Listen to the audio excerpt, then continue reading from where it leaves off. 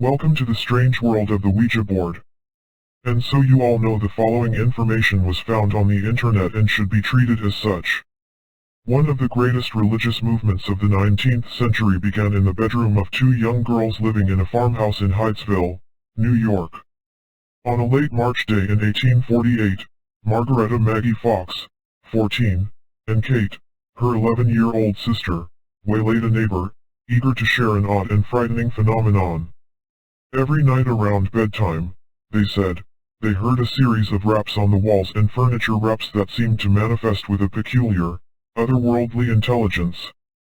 The neighbor, skeptical, came to see for herself, joining the girls in the small chamber they shared with their parents.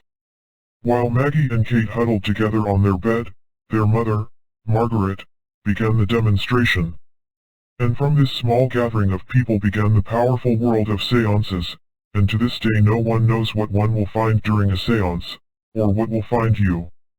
And now let's jump to the 21st century, shall we? If you believe that simply becoming aware of something spooky can somehow conjure it into existence, an introduction to the Ouija board demon Zozo is going to give you a hefty dose of the creeps. According to internet legend, Zozo is an ancient, mysterious demon with foggy origins who communicates with people via Ouija board. His preferred style of communication is expressing grim threats through the planchette, though he is also said to be known for making ghoulish sounds, breaking things, and instilling fear for fun in those that conjure him. You'll know you've awoken the craggy old spirit when he spells out his name, Zozo. First introduced to the internet via a 2009 public message board, in a post written by an ex-Ouija enthusiast named Darren Evans, Zozo has now become a horror fanatic favorite on Reddit, and deemed worthy of its own episode of Ghost Adventures on the Travel Channel.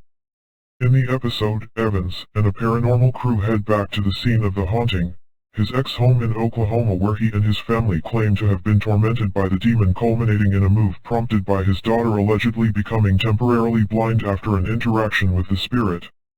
Evans, who became a self-proclaimed zoologist, after penning the Zozo phenomenon in 2016, and appearing on podcasts and horror sites regularly, says that interactions with Zozo start out unconcerning, but eventually become more and more malevolent.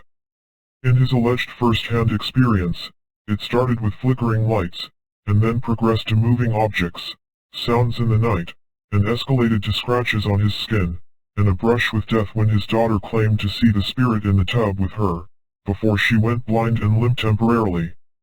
Evans' blog, which not only chronicles his own experiences with the mysterious demon, but features Zozo stories submitted by readers, is said to serve as a warning of the dangers in underestimating the power of a Ouija board. Back in 2009, Evans believed he was the first person to have an interaction with the malevolent spirit, but after posting the story, others came forward with similar experiences, making Evans wonder if perhaps Zozo's reach was beyond his own personal torment. Zozo has since become even more of a cult internet phenomenon. And over a decade later, message boards continue to feature claims of Zozo conjurings, and YouTube videos featuring Zozo stories continue to amass millions of views. Despite the fact that the story behind Zozo remains vague, and the hauntings remain void of actual evidence, the people of the internet are very happy to keep the legend alive, especially around Halloween. If being scared is fun for you, you can watch I Am Zozo online. And if you've already pulled out the Ouija board, remember that dragging the planchette to goodbye will end your session if it becomes too spooky. Though if you believe Evans' account, this demon is not particularly respectful of salutations and requests. But if you're anxiously turning on lights and looking over your shoulder, you can avoid this demonic entity entirely by avoiding the Ouija board. It's apparently his only vessel to the living realm. So, in closing, what do you believe?